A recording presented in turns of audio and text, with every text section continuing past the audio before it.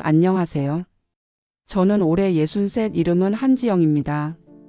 저는 세 남매 중 장녀입니다. 어릴 적부터 큰딸이라는 말 속에 수많은 책임과 침묵을 담아 살아왔습니다. 결혼하고 아이 둘을 키워냈고 남편은 몇 해 전 먼저 세상을 떠났습니다. 그리고 아버지마저 지난 봄 고요히 숨을 거두셨습니다. 그분은 평생을 말없이 가정을 지켜낸 분이었고 우리에겐 늘 무섭고 단단한 기둥 같은 사람이었습니다. 우린 모두 그분의 방식에 길들여진 자식들이었죠. 장례를 마친 뒤 집 안에 오래도록 남겨진 봉투 하나. 유언장이었습니다. 그리고 그 순간부터 우리 가족은 서서히 무너져 내리기 시작했습니다. 나는 그저 형제들 사이에서 조용히 다리 역할을 하려 했습니다. 내가 장녀니까 중간에서 좀 조율해줘. 큰 언니가 말 좀 해봐. 언니는 왜 맨날 중립이야? 나는 어느새 아버지가 남긴 유산보다 더 무거운 책임을 짊어진 사람이 되었고 그 책임은 갈등이 고조될수록 나를 조용히 무너뜨리고 있었습니다. 아버지의 장례는 끝났지만 정작 그분이 남긴 감정들은 아직도 우리 가족 사이에서 장례를 치르지 못했습니다. 나는 이 이야기를 이제라도 꺼내야겠다고 생각했습니다. 그날 이후 무너진 것과 지켜야 했던 것 사이에서 내가 어떤 딸이었는지를 스스로 묻기 위해서요. 아버지가 돌아가시고 49제도 끝나고 거실 탁자 위에 남은 건 봉투 하나와 침묵이었다. 작은 갈색 봉투 속엔 공증된 유언장이 들어 있었고 그것이 우리 셋의 대화를 깨뜨렸다. 나는 장녀였고 둘째는 동생이자 장남이었고 막내는 서울에서 온 막내딸이었다. 형제는 아버지 생전에도 늘 땅 문제로 다툼이 있었지만 설마 이 정도일 줄은 몰랐다. 언니, 이건 말이 안 돼. 아버지 돌아가시기 전에도 이 땅은 우리한테 준다고 하셨잖아. 막내는 울먹였고 동생은 담배를 깊게 빨고는 말없이 창밖만 봤다. 난 아버지 말로 직접 들은 게 없어. 문서가 있잖아. 이게 법이지. 나는 그 순간 세 남매가 서로 다른 가족을 살아왔다는 걸 깨달았다. 어릴 적엔 그렇게 친했던 우리였다. 골목길에서 진흙 장난을 치고 엄마가 부르면 함께 뛰어들며 누가 먼저 씻을지 싸웠던 우리였다. 하지만 어느 순간부터 엄마는 내게만 지영아 내가 누나잖니라 말했고 아버지는 아들한테는 책임이 있다며 동생에게 땅을 보여주고 다녔다. 막내는 늘 기대에 찬 눈빛으로 나를 바라봤지만 어느샌가 그 눈빛이 언니는 엄마 편이라는 비난으로 바뀌었다. 그 집은 정말 누구의 것도 아니었다. 내게는 고된 기억의 무게였고 동생에겐 아버지와의 유일한 연결선이었으며 막내에겐 엄마가 물려주려 했던 정서적 보상 같은 것이었다. 우린 각자 다른 유산을 받아들고 한 집에 모여 서로를 이해하지 못한 채 법과 마음 사이에서 흔들렸다. 지영아, 넌 뭐라고 생각해? 그 말에 나는 쉽게 대답하지 못했다. 장녀라는 말 속엔 늘 중립과 양보가 따라붙었기 때문이다. 하지만 그날 밤 나는 처음으로 내 방에서 큰 소리로 울었다. 누구의 편도 들지 못하는 마음이 가장 아프다는 걸 나는 그제야 알았다. 그리고 다음 날 나는 한 통의 편지를 꺼냈다. 엄마가 돌아가시기 전에 몰래 내게 준 손편지 한 장.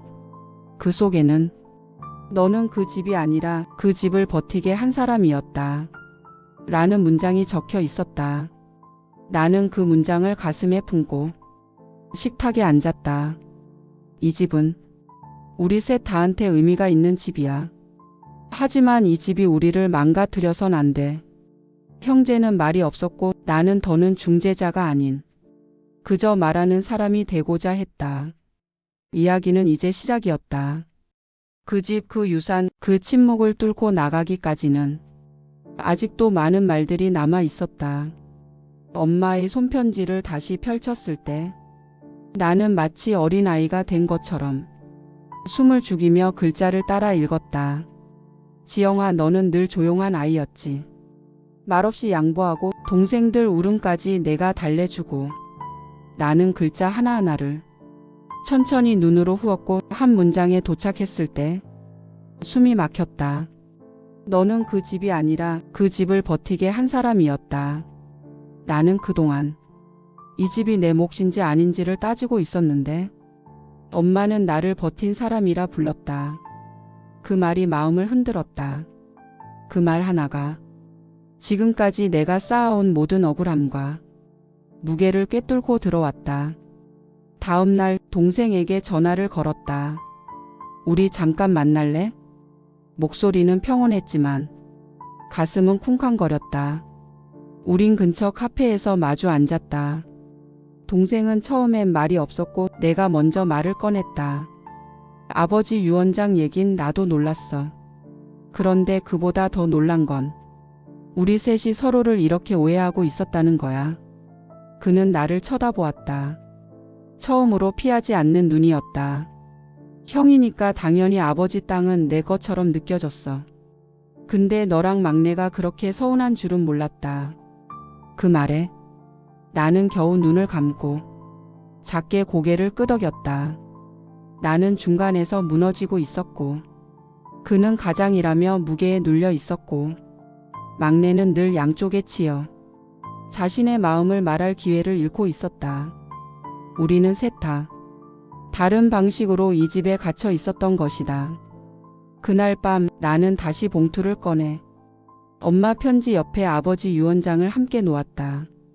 그리고 그 둘을 보며 문득 이런 생각이 들었다.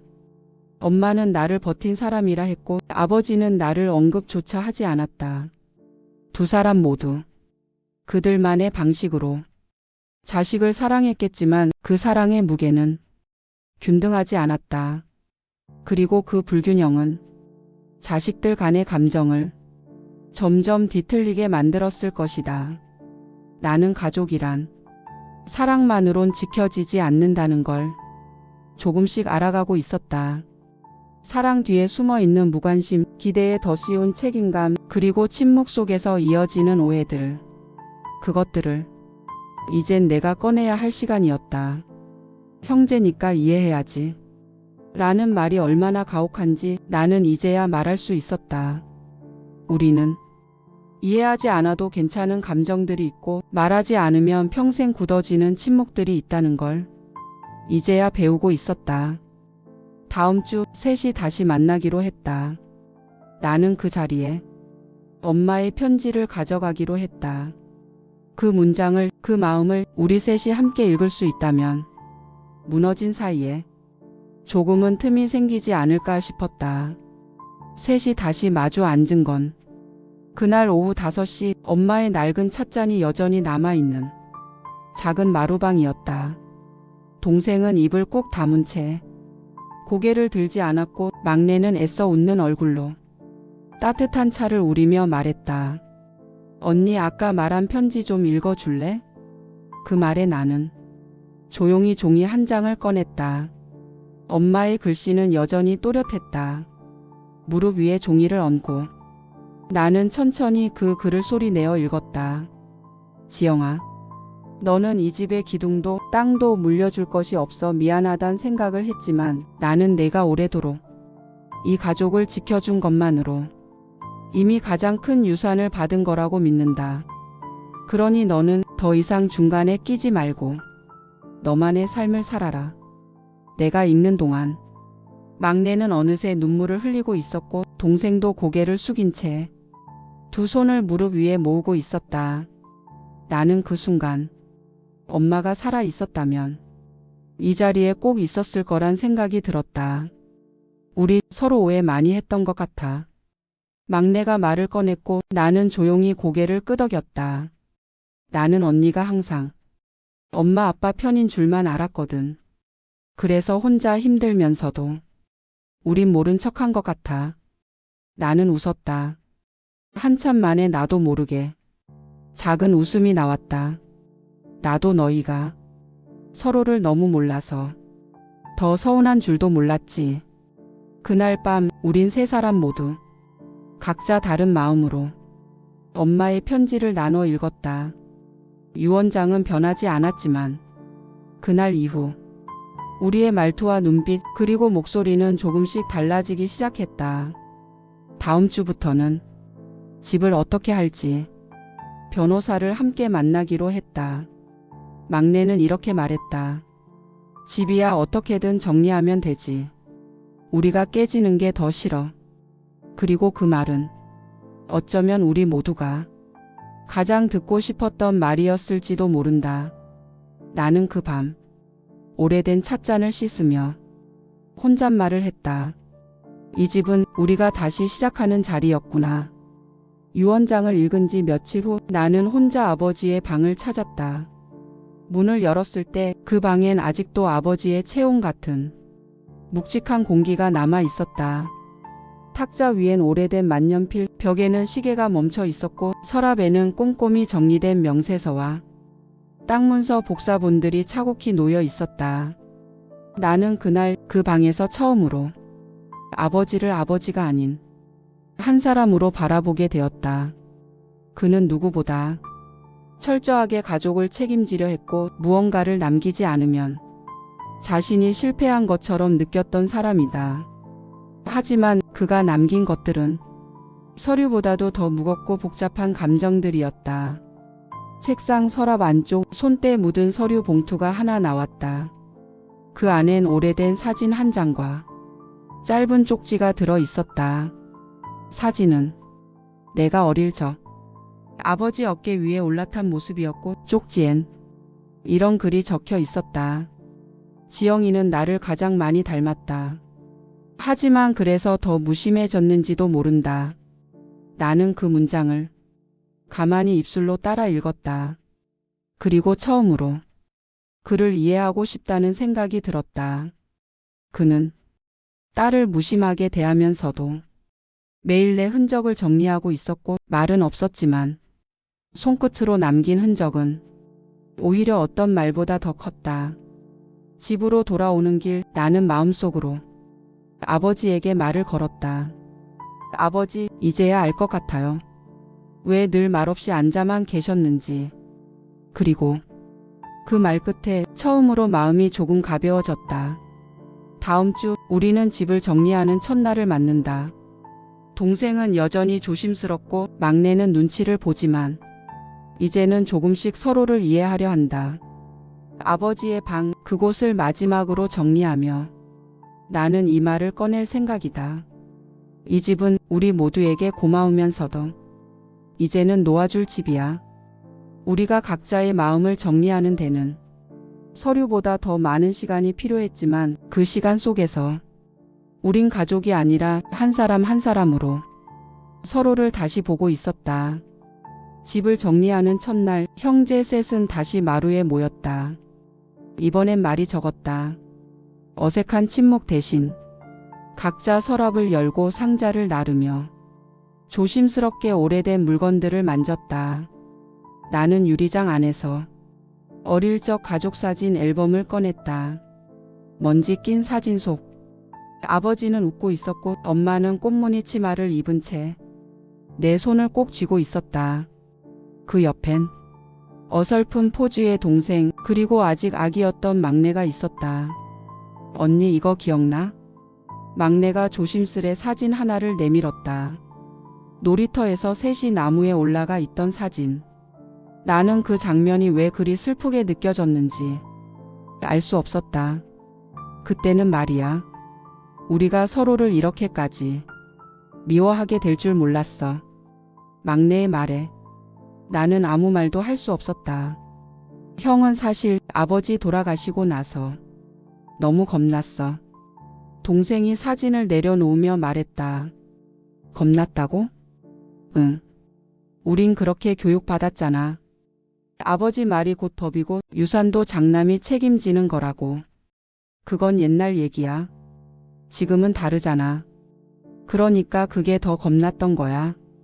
그게 틀렸다는 걸 인정하면 내가 쥐고 있던 게 다 무너질까봐.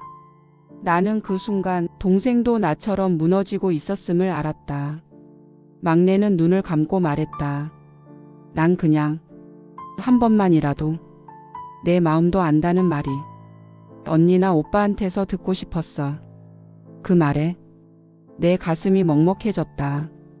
우린 다들 누구 하나 먼저 말을 꺼내지 않아 상처만 키웠던 것이다.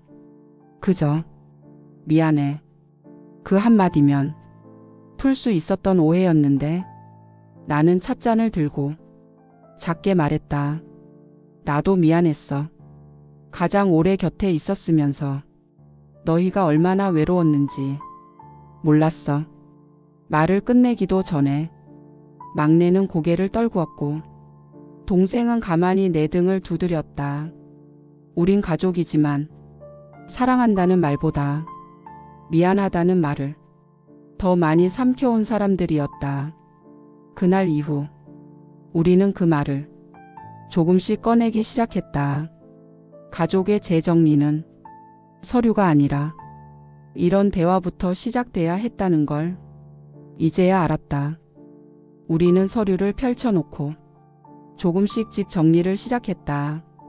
막내는 주방을 정리했고 동생은 아버지의 서류를 확인했고 나는 옷장을 정리하다가 엄마의 스웨터 하나를 꺼내 들었다. 옷깃에선 아직도 낯익은 비누 향이 남아 있었다. 나는 옷을 얼굴에 대고 잠깐 눈을 감았다. 그 순간 오래된 기억이 떠올랐다. 겨울이던 그날 아버지는 말없이 코트를 내게 입히며 작년은 따뜻해야 한다고 말했었다. 그 말이 그땐 아무렇지 않았는데 이제 와서 생각해보면 그게 무슨 말이었는지 조금 알 것 같았다. 작년은 따뜻해야 한다는 말은 사람을 품으라는 말이었고 자신을 덜어내라는 말이었다. 언니 이거 좀 봐봐. 막내가 부르는 소리에 나는 거실로 나왔다. 막내는 손에 아버지의 낡은 수첩을 들고 있었다.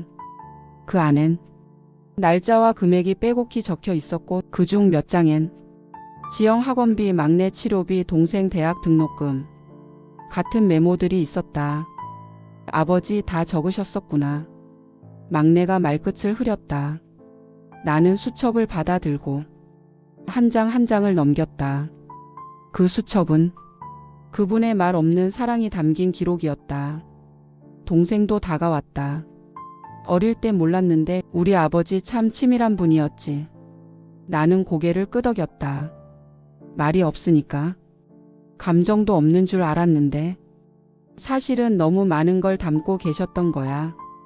우린 그제야 비로소 아버지를 서로의 시선에서 이해하기 시작했다. 막내는 말했다. 언니, 나 아버지한테 서운한 게 너무 많았는데 이제는 그냥 그리워. 나도. 그 말에 고개를 끄덕이며 수첩을 가만히 감쌌다. 그날 저녁 우리는 아버지의 책상에 앉아 작은 초 하나를 켰다. 촛불 아래 수첩과 편지 그리고 유언장이 함께 놓여 있었다. 우리는 가족이란 이렇게 서로의 조각을 모아 조금씩 완성해가는 것임을 느끼기 시작했다. 말이 되지 않던 감정들이 이제서야 하나둘 문장을 이루고 있었다. 우리는 마침내 부동산과의 계약 날짜를 정했다. 막내는 그날 아침부터 창고며 다락방까지 이삿짐을 정리했고 동생은 남은 서류들을 정리하며 고개를 자주 들지 않았다.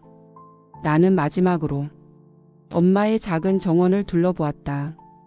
거기엔 매해 봄이면 피었던 수선화들이 이제는 메말라 있었고 작은 흙 조각 위엔 엄마가 직접 쓴 이름표가 아직도 꽂혀 있었다. 지영이 화단. 나는 그 앞에 쪼그려 앉아 작게 손으로 흙을 쓸었다. 엄마, 이제 진짜로 놓을게요. 붙잡고만 있던 기억들도 묵은 서운함도. 그 말이 입 밖으로 나오는 순간 어딘가에서 바람이 불어왔다. 나는 순간 엄마가 내 등을 살짝 밀어주는 것 같은 착각이 들었다. 막내가 뒤에서 말했다. 언니 이 집 생각나면 우리 다시 한번 여행 가자. 나는 웃었다. 그땐 싸우지 말고 가자. 동생도 뒤늦게 말을 보탰다. 그럼 내가 차 빌릴게. 그 말에 우리 셋은 함께 웃었다. 이 집에서 서로에게 화만 내던 사람들이 이제야 같은 방향으로 조금씩 발을 맞추기 시작한 것이다. 집 앞에서 마지막으로 세 사람이 사진을 찍었다. 나는 그 사진을 인화의 액자에 넣고 아버지와 엄마의 영정 옆에 놓을 생각이었다. 그곳에 말없이 버텨낸 시간들과 드디어 놓아준 결정이 조용히 남기를 바랐다. 이 집은 우리의 갈등이 자란 곳이기도 했지만 결국은 용서가 시작된 곳이기도 했다. 나는 그걸 기억하고 싶었다.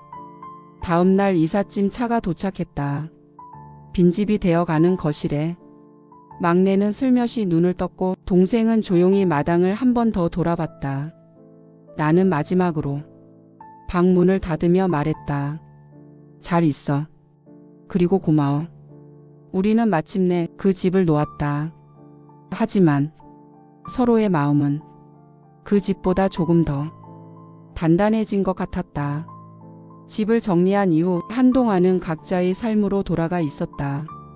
막내는 아이들 학원에, 동생은 아직도 매일 출근길에, 그리고 나는 그 빈집을 떠올리는 시간 속에서 조용히 나를 되짚고 있었다. 어느 날 막내에게서 문자가 왔다. 언니, 엄마 기일에 우리 셋이 같이 밥 먹을래? 나는 화면을 잠시 바라보다가 그래, 어디서 만나자 라고 짧게 답을 보냈다. 동생에게도 이미 연락을 했다고 했다. 한데 그렇게 부딪히던 셋이 이제는 따로 말이 없어도 한자리에 모이는 것이 당연한 일처럼 느껴지기 시작했다.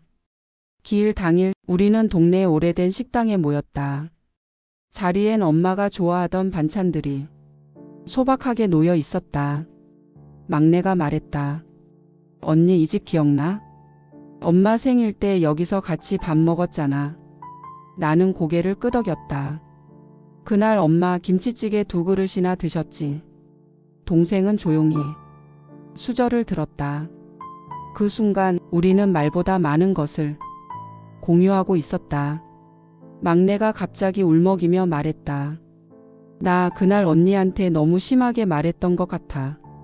아버지 유산 이야기 꺼낸 것도, 엄마 물건 다 버리자고 한 것도 지금 생각하면 너무 후회돼. 나는 손을 내밀어 막내의 손등을 가만히 덮었다. 괜찮아. 그땐 우리 모두 감정이 너무 많았잖아. 누구 하나 잘못한 사람은 없었어. 그냥 우리 모두 힘들었던 거지. 동생이 고개를 숙이며 작게 말했다. 우린 너무 늦게 서로의 마음을 들으려고 했던 것 같아. 나는 웃으며 말했다. 늦게라도 듣는 게 어디야. 안 듣는 것보단 100배는 낫지. 막내가 고개를 끄덕였다. 동생은 가만히 물을 마셨다. 그리고 한참 후 처음으로 우리를 보며 말했다. 고마워. 그날 이후 나는 진짜 가족이 뭔지 처음 생각해 봤어. 그 자리는 누구도 울지 않았지만 눈물이 맺힌 얼굴들이 모여 있었다. 감정이란 때로는 말보다 그저 함께 있는 것만으로도 충분히 전달될 수 있다는 걸 그날 우린 깨달았다. 엄마의 기일날 우리는 마침내 진짜 가족이 되었다. 기일이 지난 다음 날 나는 오랜만에 아파트 베란다 창을 열었다. 가을빛이 스며든 아침 햇살이 커튼 너머로 천천히 방 안을 채우고 있었고 나는 마치 그 햇살에게 괜찮다는 말을 듣는 듯 가만히 눈을 감았다.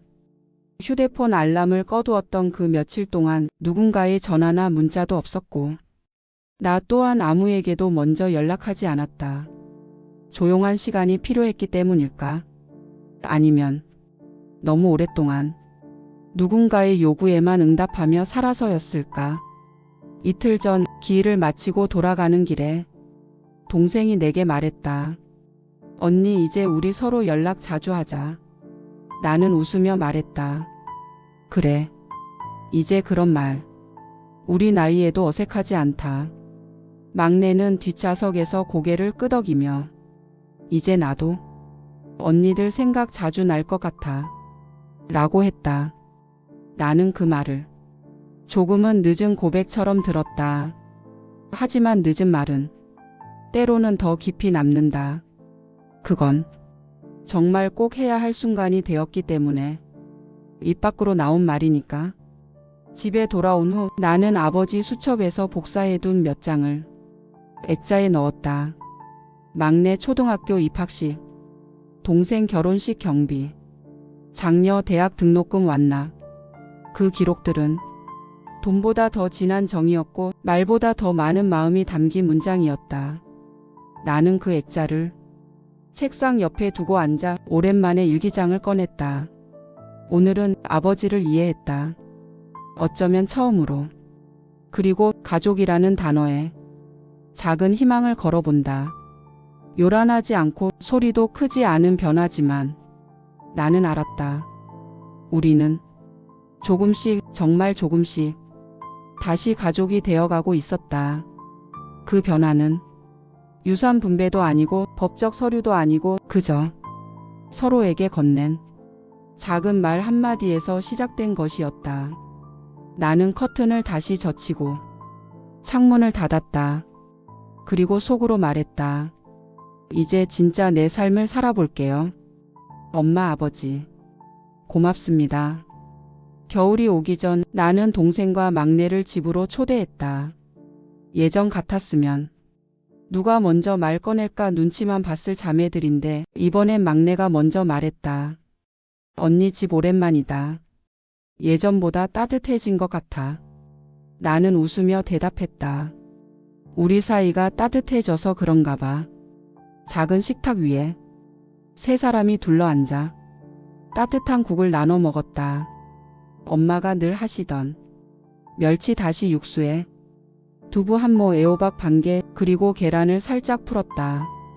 막내는 국물 한 숟갈을 먹고 잠시 멈췄다. 이 맛 엄마 국이야. 나는 조용히 웃으며 고개를 끄덕였다. 엄마 레시피 이제 내가 넘겨받았지 뭐. 그 순간 우리는 말없이 웃었다. 조용히 서로를 바라보고 묵은 시간들을 삼키며 이제는 조금 다정해진 얼굴로 다시 마주 앉았다. 사실 이 모든 일이 벌어졌던 지난 몇 달간 나는 너무 많은 것을 잃었다고 느꼈다.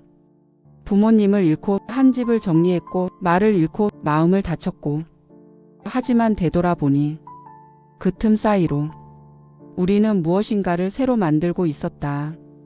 이제 유산이란 말은 더 이상 돈이나 집의 문제가 아니라 우리가 남긴 말, 우리가 건넨 손길, 우리가 다시 이어붙인 관계 자체가 가장 큰 유산이라는 걸 알게 되었다. 막내가 말했다. 언니, 우리 가끔 이렇게 엄마 국 끓여 먹자. 동생도 말했다. 그리고 엄마 이야기하면서 웃을 수 있자. 나는 조용히 고개를 끄덕이며 속으로 중얼거렸다. 그래, 이제 우리는 정말 가족이니까. 창밖엔 눈이 조금씩 내리기 시작했다. 나는 창가에 서서 하얗게 내려앉는 눈을 바라보며 작게 속삭였다. 우리 조금은 괜찮은 사람이 되었네요. 그리고 조금은 괜찮은 가족이 되었고요. 이건 상처에서 시작됐지만 결국 온기로 마무리된 이야기. 누군가는 아직 가족을 정리 중일지도 모르고 어떤 가족은 아직 갈등 속에 있을지도 모른다. 하지만 이 작은 서사가 전하는 건 단 하나의 바람이다. 지금이라도 서로의 마음을 다시 들어보면 좋겠다. 지금 나는 매주 토요일 아침 시장에 들러 장을 본다. 엄마가 그랬듯 제철 나물을 사고 두부 한 모를 손수 장바구니에 담는다. 그리고는 나 혼자 끓이는 된장국에 조금씩 가족의 얼굴을 담는다. 막내는 요즘에도 아이들 키우느라 정신이 없지만 가끔 영상통화로 언니 오늘도 국 끓였어 하고 자랑한다. 동생은 말수가 늘진 않았지만 이젠 명절 전에 먼저 뭐 해갈까 하고 연락을 준다. 가끔은 엄마의 사진 앞에서 혼자 말을 건넨다. 엄마, 우리 잘 지내요? 이제야 서로 사람 구실 좀 하고 살아갑니다. 아버지가 남기고 간 유산, 그 한참 뒤에야 남은 마음의 잔재들을 우리는 조금씩 닦아냈다. 그리고 그 빈자리에 새로운 우리의 시간을 쌓고 있다. 예전엔 가족이란 그저 주어진 관계라고만 여겼지만 이젠 안다. 가족은 선택하지 않아도 다시 있는 노력으로 만들어진다는 것. 우리는 그걸 함께 해냈다. 지금 나는 매주 토요일 아침 시장에 들러 장을 본다. 엄마가 그랬듯 제철 나물을 사고 두부 한 모를 손수 장바구니에 담는다. 그리고는 나 혼자 끓이는 된장국에 조금씩 가족의 얼굴을 담는다. 막내는 요즘에도 아이들 키우느라 정신이 없지만 가끔 영상통화로 언니 오늘도 국 끓였어 하고 자랑한다. 동생은 말수가 늘진 않았지만 이젠 명절 전에 먼저 뭐 해갈까 하고 연락을 준다. 가끔은 엄마의 사진 앞에서 혼자 말을 건넨다. 엄마, 우리 잘 지내요?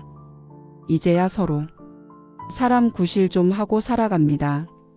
아버지가 남기고 간 유산, 그 한참 뒤에야 남은 마음의 잔재들을 우리는 조금씩 닦아냈다.